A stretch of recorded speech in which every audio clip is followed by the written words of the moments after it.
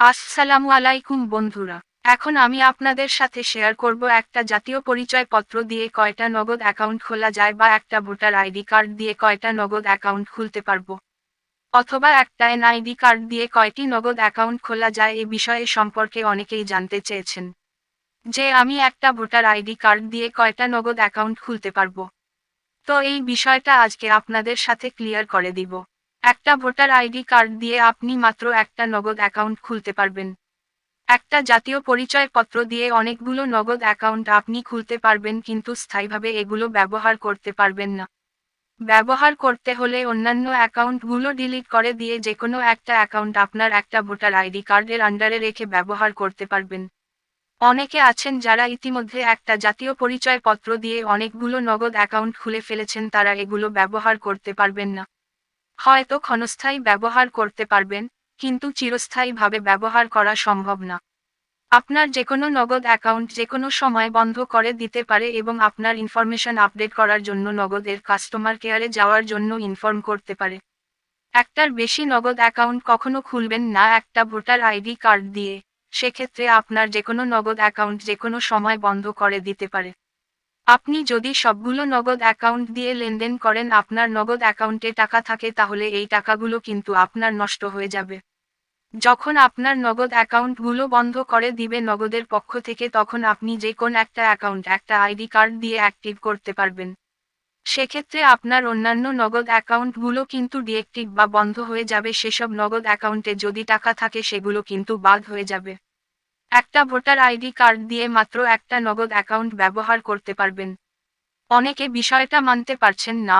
অনেকেই আছেন যারা একটা ভোটার আইডি দিয়ে 2-3টা নগদ অ্যাকাউন্ট অলরেডি খুলে ব্যবহার করতেছেন। তারা বলবেন, ভাইয়া আমি তো নিজেই খুলে ব্যবহার করতেছি, কোন সমস্যা তো এখন পর্যন্ত হয়নি। তাদের জন্য নিচের স্ক্রিনশটটা একটু মনোযোগ সহকারে দেখুন। উপরের স্ক্রিনশট দেখে অবশ্যই আপনি এত সময় ক্লিয়ার হয়ে গেছেন যে একটা ভোটার আইডি কার্ড দিয়ে মাত্র একটা নগদ অ্যাকাউন্ট ব্যবহার করা যায়। একটা ভোটার আইডি কার্ড দিয়ে অনেকগুলো নগদ অ্যাকাউন্ট খুলতে আপনি পারবেন, কিন্তু ব্যবহার করতে পারবেন না। তাই যেকোনো একটা ভোটার আইডি কার্ডের জন্য একটা নগদ অ্যাকাউন্ট খুলবেন, সেটাই সবথেকে সেফ হবে। অনেকে আছেন নগদ অ্যাকাউন্ট ডিলিট করতে চান। আমার এই সিম থেকে নগদ অ্যাকাউন্টটা ডিলিট করে দিয়ে আমি আমার ভোটার আইডি কার্ড দিয়ে অন্য সিমের মাধ্যমে নগদ অ্যাকাউন্ট খুলতে চাই। এরকম যদি করতে চান, তাহলে আপনার ভোটার আইডি কার্ড নিয়ে নগদ কাস্টমার কেয়ারে চলে যাবেন।